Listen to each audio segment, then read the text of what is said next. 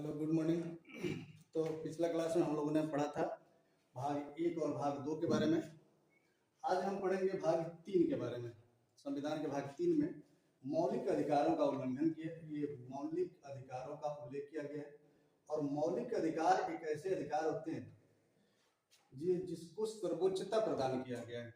सर्वोच्चता का अर्थ ये है कि प्रत्येक नागरिक को कुछ ऐसे अधिकार दिए गए हैं जिसको न सरकार छीन सकती है और ना ही कोई व्यक्ति छीन सकता है। अर्थात ये कहें कि मौलिक अधिकार व्यक्ति विशेष को प्राप्त होने वाला एक सर्वोच्च अधिकार है और यह एक नैसर्गिक है। नैसर्गिक इसलिए है कि क्योंकि मूल अधिकारों को प्राकृतिक अधिकार कहा गया है। देखो, आसान से भाषा में समझते हैं भाग 3 को। मौलिक अधिकार को इंग्लिश में बोलते हैं फंडामेंटल राइट। फंडामेंटल राइट मतलब कि एक ऐसा अधिकार जो मूल रूप से व्यक्ति को आवश्यक हो, एक ऐसा अधिकार जिसके बिना जीवन संभव नहीं हो, एक ऐसा अधिकार जो प्राकृतिक हो, और यदि इन अधिकारों को छीन लिया जाए व्यक्ति से तो व्यक्ति का जो जीवन है वो नर्क से भी बदतर हो जाए।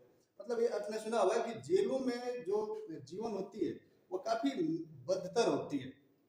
अब समझो कि अगर जेल में सिर्फ 90% मौलिक अधिकारों को छीन लिया जाता है तो जीवन नर्क हो जाता है। यदि पूरा का पूरा मौलिक अधिकार ले लिए जाए तो फिर बाहर आकर भी इंसान का जो स्थिति होगी वह नर्क से भी बदतर हो जाएगी।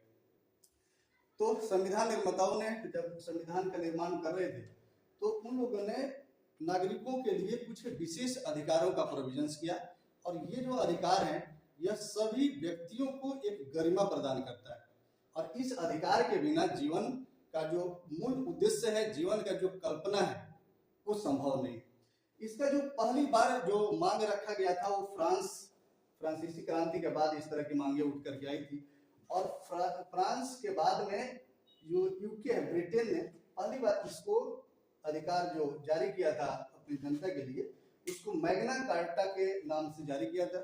एक अधिकार पत्र के रूप में जारी किया गया था, इसलिए इसको मैग्ना कार्टा के रूप में भी जानते हैं। तो प्रश्न ये पूछे जाते हैं कि जो संविधान का कौन सा भाग को मैग्ना कार्टा के नाम से जाना जाता है, तो भाग 3 को हम मैग्ना कार्टा कहते हैं। इसको हम यूएसए के संविधान से हम लोगों ने इसको प्राप्त किया। यूएसए के संविधान में यह लिखित रूप में मौजूद थी, वहां से हम लोगों ने इसे प्राप्त किया है। और भाग 3 के अनुच्छेद 12 से 35 के बीच इसको रखे हैं। अच्छा, समझो कि ये जो अधिकार है यह सर्वोच्चता प्रदान करता है, और सर्वोच्चता होने की स्थिति में अगर किसी व्यक्ति विशेष को कुछ ऐसे अधिकार मिल जाए, आप लोगों ने सुना होगा एक किस्सा कि शंकर भगवान ने भस्मासुर को यह वरदान दिया था कि तुम जिसके भी सर पर हाथ रखोगे ना वो जल करके भस्म हो जाएगा। तो भस्मासुर ने ये प्रयास किया कि चलो महादेव, आप पर ही हम देखते हैं कि ये जो दिया हुआ वरदान है, जो हमें अधिकार है, वो सचमुच है या गलती है। तो यह जब अपना प्रयास, जब अपना अधिकार को आजमाने चला तो यह भगवान पर ही भारी पड़ गया था। तो यही स्थिति है कि अगर किसी व्यक्ति विशेष को अगर हम विशेष अधिकार दे दें, एक ऐसा अधिकार जो सर्वोच्चता प्रदान करता हो, तो वह व्यक्ति अनकंट्रोल हो सकता है। इसलिए अच्छा, अब मान लो कि हमें मिला है मौलिक अधिकार जीने के लिए, विशेष अधिकार मिला है। हमारे देश पर कोई विपत्ति आई हो, कोई आपातकालीन स्थिति हो और हम अपने अधिकारों को लेने लगे। जैसे मान लो कि हमें बोलने की स्वतंत्रता है, वाक स्वतंत्रता है, और वाक स्वतंत्रता अब हमारे देश पर चीन आक्रमण कर दे, पाकिस्तान आक्रमण कर दे, कोई आपातकालीन स्थिति उत्पन्न हो जाए और हम रोड पर जुलूस लेकर निकल पड़े, हमारी मांगे पूरी करो, ये जिंदाबाद, मुर्दाबाद, इलाहाबाद, हैदराबाद, जो भी है लेकर के चल पड़े। तो ऐसी स्थिति में हमारे देश का जो सिक्योरिटी है, जो सुरक्षा है, वो गड़बड़ हो सकता है। तो संविधान निर्माताओं ने इस अधिकार को नियंत्रित करने के लिए जो सर्वोच्च अधिकार प्रदान किए वो राष्ट्रपति को किया कि अगर कोई आपातकालीन स्थिति बनती हो तो उस स्थिति में इन अधिकारों को हम निलंबित कर सकते हैं, समाप्त नहीं कर सकते हैं, निलंबित कर सकते हैं कुछ देर के लिए। जब तक हमारे पास आपातकाल है, जब तक उस तरह की सिचुएशन बने हुए हैं, उतना समय के लिए हम इसे निलंबित कर सकते हैं। कौन कर सकता है? राष्ट्रपति कर सकते हैं। अच्छा, दूसरा कंडीशन ये इसमें बताया गया कि अगर कोई ऐसा स्थिति उत्पन्न हो जाए कि मूल अधिकार के प्रदान करने से किसी दूसरे व्यक्ति के अधिकार प्रभावित हो रहे हैं, ये देश के संप्रभुता की चुनौती मिल रही हो, या कुछ ऐसी विरोधाभास की स्थिति हो जो ये देश के राष्ट्रीय सुरक्षा के लिए खतरा हो, तो ऐसे स्थितियों में मूल अधिकारों पर प्रतिबंध लगाने के भी प्रावधान किए गए, और ये जो प्रतिबंध है वो संसद के द्वारा लगाया जा सकता है। तो आपातकालीन स्थिति में राष्ट्रपति को यह अधिकार है कि वह निलंबित कर सकता है, और विरोधाभास से होने की स्थिति में संसद इस पर प्रतिबंध लगा सकता है। अच्छा, दूसरा काम है कि अगर मान लो कि संसद में कोई इस पार्टी की सरकार बन जाए जो जनता के विरोधी, कोई पागलों की एक मंच बन जाए, और वहां पर कुछ ऐसे नियम कानून बनाने लगे, क्योंकि जो विधायिका होती है वह संसद होती है, और संसद में के द्वारा बनाई गई सारी विधियां, जो विधायिका के द्वारा बनाई गई विधि, वह एक्सिक्यूट होगी। तो अगर मान लो कि कोई संसद में कोई ऐसी सरकार आ जाए जो बेवजह की मौलिक अधिकारों का उल्लंघन करने वाली नीति बनाने लगे, ऐसा नीति बनाने लगे कि कोई भी व्यक्ति सरकार का विरोध नहीं कर सकता है, कोई भी व्यक्ति पढ़ाई नहीं कर सकता है, अगर पढ़ाई पर कोई प्रतिबंध लगाई गई है तो उसका विरोध नहीं कर सकता है, वाक स्वतंत्रता पर कोई भी मीडिया बातें नहीं कर सकती है, लोगों की, जनता की जो मांगे हैं उसको नहीं रख सकती है, तो ऐसी स्थिति में सर्वोच्च न्यायालय को यह अधिकार दिए गए हैं कि आप जिस व्यक्ति का अधिकार उल्लंघन हो रहा तो उस पर आप नजर रख सकते हैं दो तरह से। एक कि अगर जिस व्यक्ति का मौलिक अधिकार का उल्लंघन हो रहा है, या तो वह स्वयं आकर के अब सर्वोच्च न्यायालय में वो FIR करे, ये उसमें आवेदन करे, केस करे, और दूसरी स्थिति ये है कि यह स्वयं संज्ञान ले सकता है। दोनों ही स्थितियों में यह अगर कोई व्यक्ति आकर के यहाँ पर ये केस किया तो उस पर सुनवाई कर सकता है, या फिर स्वयं संज्ञान लेकर के यह कार्य करता है, या तीसरा ये हो सकता है कि कोई PIL पब्लिक लिटिगेशन इसमें डाल सकता है, और यह पब्लिक इंटरेस्ट लिटिगेशन PIL के आधार पर भी इसकी सुनवाई की जा सकती है। तो सर्वोच्च न्यायालय इस मौलिक अधिकारों के रक्षक के रूप में कार्य करता है। प्रश्न ये पूछा जाता है कि क्या मौलिक अधिकार इन्फोर्समेंट परिवर्तनीय है कि नहीं, तो यह परिवर्तनीय है, और इसको सर्वोच्च न्यायालय या उच्च न्यायालय के द्वारा इन्फोर्स किया जा सकता है, इसको जबरदस्ती लागू करवाई जा सकती है। दूसरा है कि यह जो मौलिक अधिकार है वाद्य योग है कि नहीं, तो यह बिल्कुल वाद्य योग है, और इस पर आप न्यायालयों में वाद विवाद कर सकते हैं, यह किस करके इस पर आप ये वाद विवाद किया जा सकता है। तो यह हमारा मौलिक अधिकारों का जो प्रीवियस जो बैकग्राउंड है वो ये है। इस मौलिक अधिकारों का जो उल्लेख है वह 12 से लेकर के और 35 के मध्य किया गया है, और इन अधिकारों को कुल 6 खंडों में हम लोगों ने विभाजित किया है, यानी कि मौलिक अधिकार जो है वह कुल 6 खंडों में वर्गीकृत है। तो इसके पहले खंड पर हम बात करते हैं। इसके 12 से हम स्टार्ट करते हैं। अनुच्छेद 12 में राज्य की परिभाषा दी गई है, अर्थात ये कहा गया है कि राज्य अपने नागरिकों के लिए मौलिक अधिकार से संबंधित विधि बना सकती है। अच्छा, विधि बनाने का जो अधिकार है वो राज्य को है।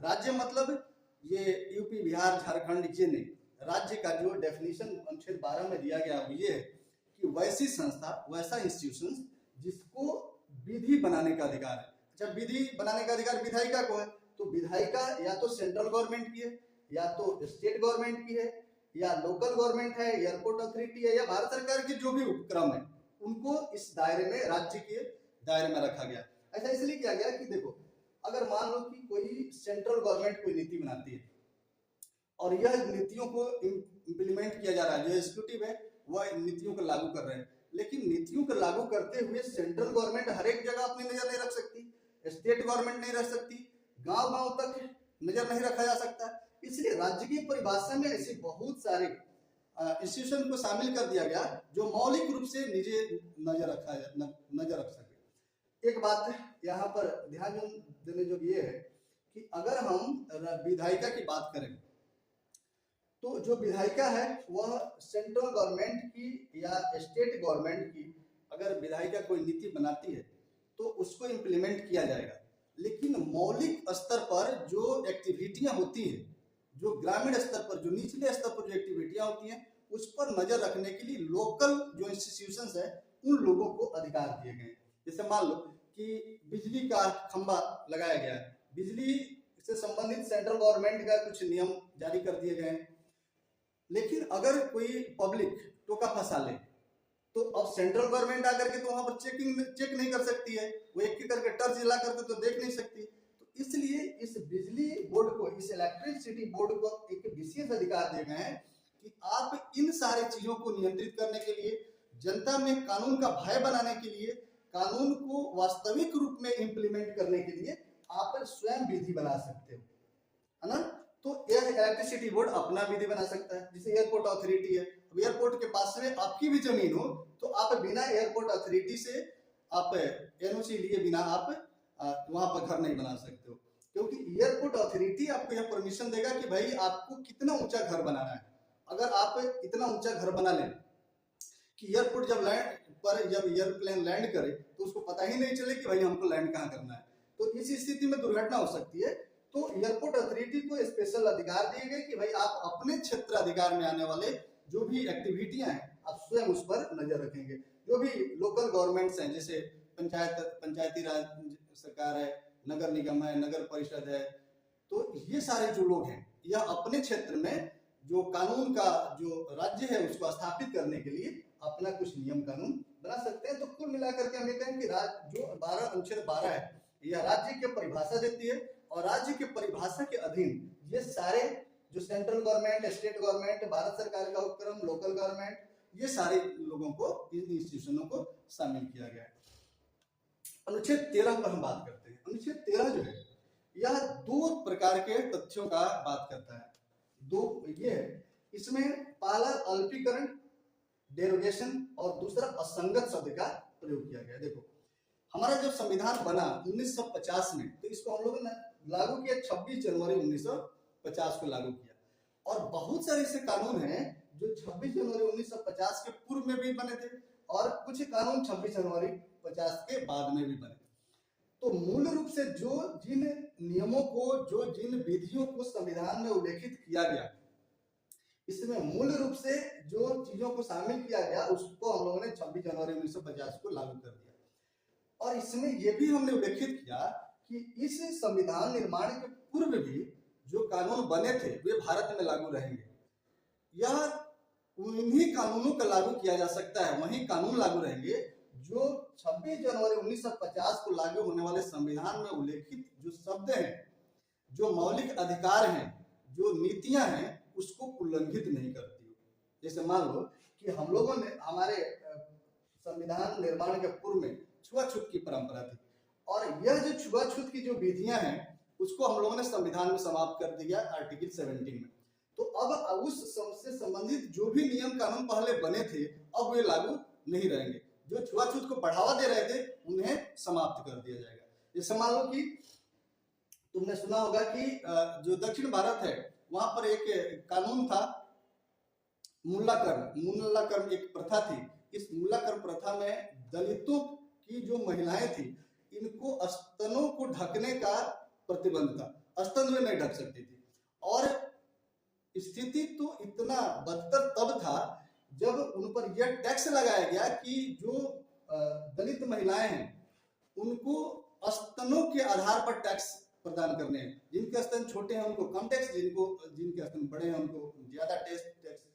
और इस तरह के जो घोर आपराधिक जिस तरह के जो नियम कानून थे, इस सारे नियम जो पूर्व में लागू थे अब ये संविधान से हमारे असंगत थे, इनको हटा दिया। तो कुल मिलाकर के हम ये कहें कि संविधान के पहले जो निर्मित कानून थे और जो कानून संविधान में वर्तमान के संविधान से असंगत थे उन कानूनों को शून्य करने की परंपरा थी। अर्थात अल्पीकरण और शून्य, असंगत, ये दो ऐसे कानून जो असंगत हैं उनको शून्य कर दिया जाएगा, या वैसे कानून जो हमारे संविधान से संगत नहीं है, जो उसका उल्लंघन करते हैं, ओवरराइट करते हैं, उनका या तो अल्पीकरण कर दिया जाएगा या उन्हें समाप्त कर दिया जाएगा। समझ लो ना कि जो हमारा जो आईपीसी की जो धाराएं हैं वो तो 1860 में ही बन गई थी। अब ये 1860 में बनी थी तो ये तो संविधान के पहले ही बनी थी, लेकिन वो आज भी लागू है। उस आईपीसी की वे धाराएं जो हमारे संविधान से संगत हैं वो आज भी लागू हैं, और जो असंगत थी वह उनको हटा दिया गया। तो इस तरह के जो अनुच्छेद 13 है यह दो तरह के प्रोविजंस करता है कि संविधान के पूर्व में जो भी कानून बनी थी वह अगर संविधान के साथ संगत है तो लागू रहेंगी, अगर असंगत है तो उसको हटा दिया जाएगा। अच्छा, इसमें दूसरी बात ये कहता है कि संविधान निर्माण के बाद में भी सरकार कोई ऐसा कानून नहीं बनाएगी जो संविधान से संगत नहीं हो। जैसे मान लो कि संविधान निर्माण के बाद में कोई फुल बहुमत में कोई पार्टी आ गया और आकर के वह कुछ ऐसा नियम कानून बनाने लगे जो मौलिक अधिकारों को उल्लंघित करता हो, किसी के स्वतंत्रता पर प्रतिबंध लगाता हो, किसी के जो मौलिक अधिकार है उसको छीनता हो, तो इस तरह के जो कानून है उसे शून्य घोषित कर दिया जाएगा। यानी कि संविधान के पूर्व भी और संविधान के बाद भी ऐसा कोई भी कानून नहीं लागू हो सकता है जो संविधान से असंगत हो। तो यह अनुच्छेद 12 राज्य की परिभाषा, और जो अनुच्छेद 13 है यह स्थितियों को बताता है कि किस प्रकार के कानून, किस तरह के विधि बनाए जाएंगे, किस तरह के विधि हमारे देश में लागू रहेंगे जो हमारे संविधान के अनुकूल हो और ये मौलिक अधिकारों पर किसी भी प्रकार का ओवरराइट नहीं करती हो, ऐसे कानून हमारे देश में लागू रहेंगे। अच्छा देख लो, यह जो निर्माण करने वाली जो संस्था थी, जो हमारा संविधान निर्माण जो संघ बना था, ये काफी मैच्योर्ड लोगों का संघ था। हमारे बाबा साहब अम्बेडकर इस ड्राफ्टिंग कमेटी के अध्यक्ष बनाए गए थे और उन लोगों ने इतना बेसिक रूप में काम किया, इतना सूक्ष्मता से इस पर फोकस किया कि अगर मान लो कि आज हम कानून बना देते हैं और इस तरह के प्रोविजंस नहीं कर रहे हैं तो हो सकता है कि पहले वाला जो कानून था ना उसको फिर से लागू कर दे, या फिर ऐसा हो कि कोई ऐसा पार्टी का सरकार आ जाए जो किसी समुदाय विशेष के लिए वह घातक हो और कुछ ऐसा कानून बना दे जो उसके मौलिक अधिकारों का उल्लंघन करता हो। तो अगर इस तरह की स्थितियां उत्पन्न हो जाए तो फिर मुश्किल हालात हो सकता है, फिर संविधान का कोई महत्व नहीं रह जाएगा। इसलिए स्पष्ट रूप से अनुच्छेद 13 में यह उल्लेखित कर दिया गया कि कोई भी ऐसा विधि नहीं निर्मित की जाएगी जो संविधान के अनुकूल नहीं। चलो, तो ये अनुच्छेद 14 से हम बात करते हैं। अनुच्छेद 14 से 18 तक समता का बात किया गया, समता का अधिकार, समता का अधिकार 14 से 18। हम लोग इस समता के अधिकार पर बात करेंगे नेक्स्ट वीडियो में। Thank you.